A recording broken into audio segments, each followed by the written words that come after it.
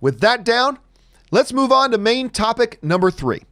And our third main topic today gets submitted to us by Norton Radd, who writes, with Bob Chapek taking over Disney. Now, of course, for those of you guys who missed the news yesterday, Disney CEO Bob Iger has stepped down effective immediately, and he has been replaced with Bob Chapek. Of course, Bob Iger is still the chairman of the board of directors, but Chapek is now running Disney, taking over as CEO. Anyway, with Bob Chapek taking over Disney, many fans think it'll be the perfect time to fire Kathleen Kennedy.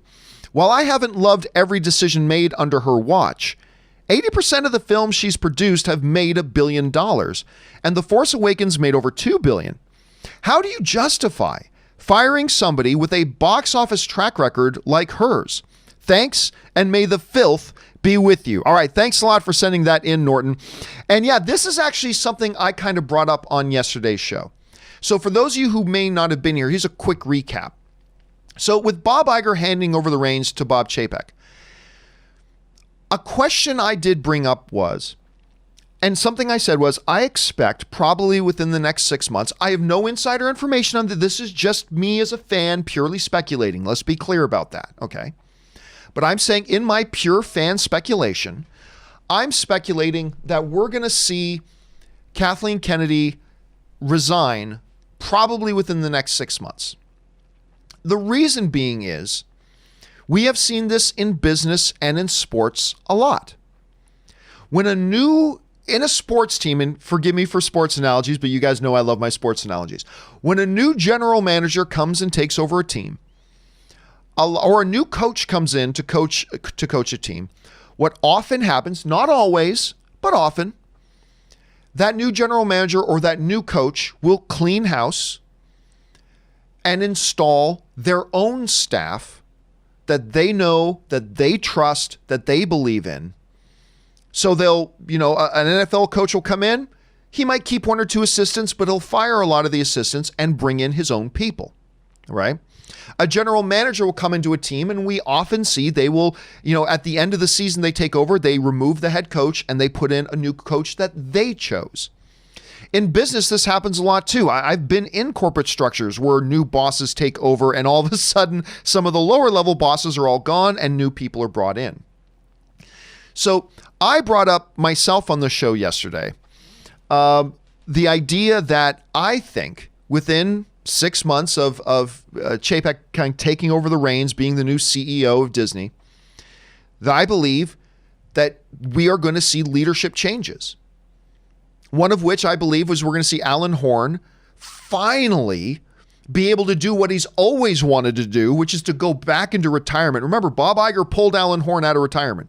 He convinced Alan Horn to come out of retirement, his well-earned retirement, and said, we need you to save our film division. Alan Horn came out, saved the film division. And I think for years has been kind of like, so can I get back to my retirement now? Hold on, Alan, we still need you around. I think it's time for Alan to finally get back to his well-deserved and well-earned retirement. So I think he's going to be stepping down here pretty soon himself, because it's time. He's earned it. Damn it, he's earned it. Let him get back to that. But I also believe one of the main changes is going to be the Kathleen Kennedy situation. I think you're going to hear her resigning within the next 6 months. Now, you asked the question, and it's a great question, and it's a great point. How does one justify removing a studio head who not only has had great box office success, but her box office per film average is higher than Kevin Feige's per film box office average? You heard that right. And as much as we talk and loud about how great Kevin Feige's per film box office average is, and we should because it's insanely good, Kathleen Kennedy's is actually better. Now, granted, Feige has to spread that out over 20 plus films. Kathleen Kennedy has only had to spread it out over 5, but still, her per film average is actually higher than Kevin Feige's. You can get mad at me all you want for saying that, but it's a fact. It's just a mathematical fact. How meaningful that is up for debate. But the fact is, her per film average is higher than Kevin Feige's. How do you justify firing a studio head when in the run of 5 films, they've had one make $2.06 billion, another make $1.05 billion, another make $1.3 billion, another make $1.07 billion, and then the embarrassment, one that makes shy of $400 million. But still, when you add it all up, divide it by 5, it is a higher box office per average than thing. How does one justify, even a brand new CEO like Bob Chapek is, how does one justify removing somebody that has put up those kinds of numbers? Now, there are a bunch of false arguments that get made, quite a bit, and people just kind of take them as fact for whatever reason. But false argument number 1 that people will make: and it's Star Wars. Anybody being the head of Lucasfilm would have made that much money. Really? The DCEU would like to have a word with you, because it's just not true. Star Wars movies have never made billions in the billions. I mean, you can get into it's a semantic arguments like inflation, whatever, but the fact of the matter is that's just it. And a number of years ago, everybody would have said, including me, I said this, like, oh my God, there's a Batman versus Superman movie coming. Oh, that'll make $1 billion in its sleep. Batman versus Superman? That'll make $1 billion in its sleep. Anybody could be the studio head of Warner Brothers and have a Batman versus Superman movie make $1 billion. It didn't. Justice League? That movie might make $2 billion. I mean, let's not even talk about $1 billion. That movie may make $2 billion. It didn't.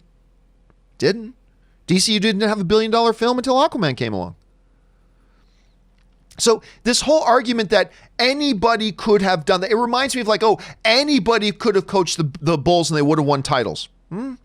Anybody could have coached the Lakers and they would have won titles. We've seen lots of star-packed great teams not win titles. It's a false, fake argument, okay? It is a false, fake argument. So the point you're raising about you cannot ignore the financial results that Kathleen Kennedy has delivered as the head of Lucasfilm. She has delivered win after win after win after win as far as the box office goes. Solo being the obvious exception there. So, which is a movie that never should have been made in the first place, but I'm not going to go into that whole thing again. But that being said, I believe that there are very good arguments as to why firing her would not be justified, and I believe that there are very good arguments for why firing her would be justified. And that's why I don't know that there's one right answer here. I really don't. You guys know I am a Kathleen Kennedy fan. And I will be for the rest of my days. She is one of the greatest producers in Hollywood history. Steven Spielberg says so. He's the greatest filmmaker of all time. I'll take his word for it.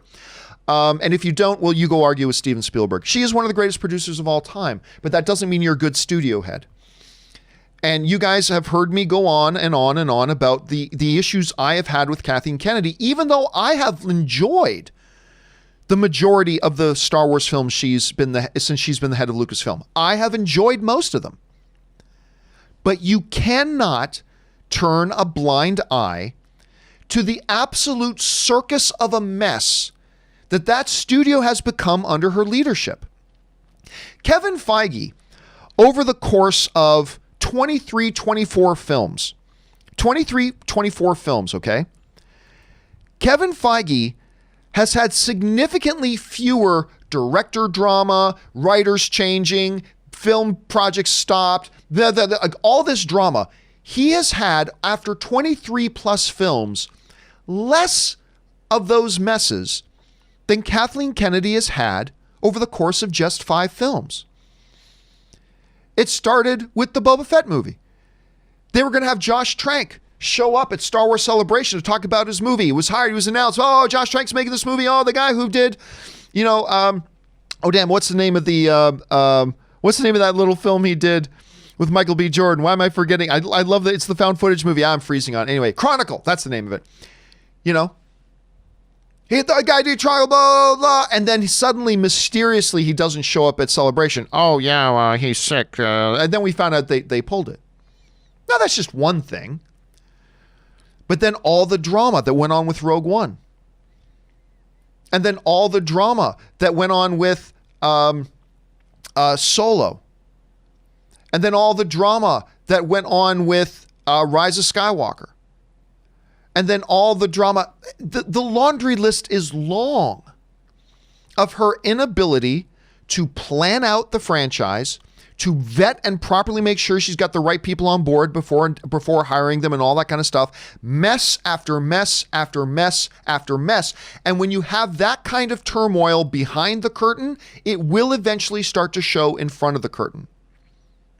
So I kind of believe, not to mention, there's been a big division within the Star. Now, there was big division before Disney took over Lucasfilm. I mean, my God, the prequels. Dear heavens.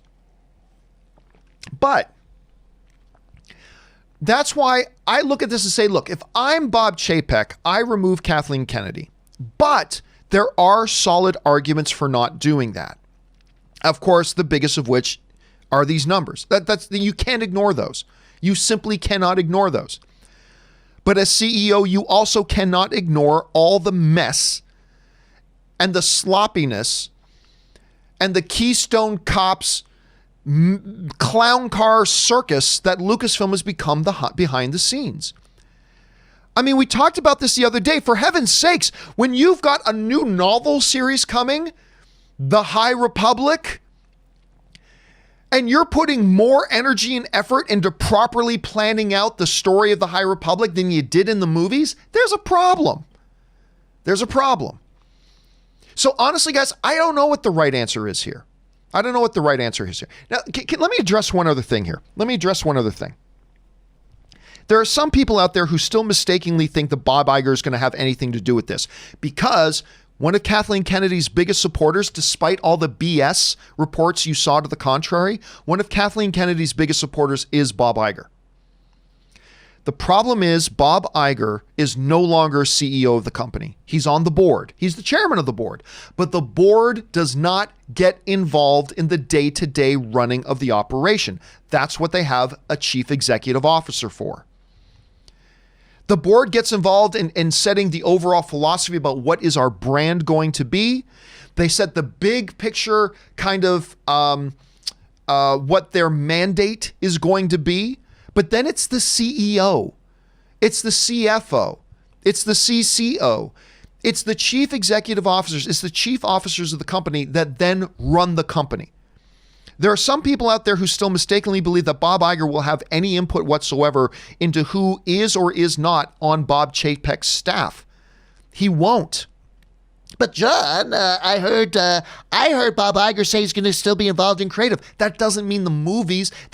Board members don't get involved in the day-to-day operation of the things. They set overall mandates and vision, including the creative direction that the corporation as a whole will take. Remember, the movie division of Disney is a small part of the overall Disney empire. And he's going to focus on more of that stuff from the board level. But whether or not Kathleen Kennedy keeps his job is not going to be Bob Iger's say anymore. It's going to be the chief executive officer's say. Now, the board can fire the chief executive officer if they want, but as long as Bob Chapek is indeed the CEO, that's his call to make.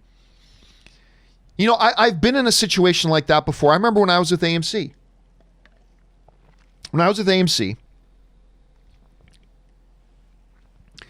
I remember having a discussion about something that was my decision to make. AMC wanted us to do, I'm not going to go into the specifics of it, but AMC wanted us to do a certain thing. And I said, no, I want us to do another certain thing. And as long as you have me in charge here, out here in Los Angeles, we're going to do what I want us to do. And what I said to AMC was, if you're unhappy with the way I'm running things, you can remove me. You can remove me anytime you like. That is your discretion.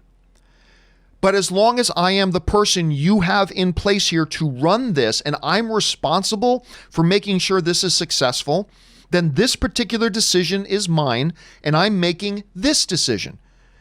And if you can't live with that, then you can remove me. Now, they didn't remove me, and I made my decision. I went forward. But that's just a small example of the difference between what the responsibilities of the board is and what the responsibilities of the CEO are. But at any rate, so that's the question I have for you guys. Do you think that they're going to make a big change here? Do you think Bob Chapek is going to make a change at Lucasfilm? And I made that the topic of today's question of the day. So the question of the day is simply this. With Bob Chapek taking over as CEO of Disney, do you see him replacing the head of Lucasfilm with a new head of his choosing? Remember, I think there are strong arguments for, and I think there are strong arguments against it as well. This and more on today's show. So I put that question to you, and right now it's basically split into thirds. 2/3 of you guys right now, 65.2% of you are saying yes, Bob Chapek being the new boss in town, he's going to replace some people with his own people. 65.2% of you guys are saying yes, you think there's going to be a change.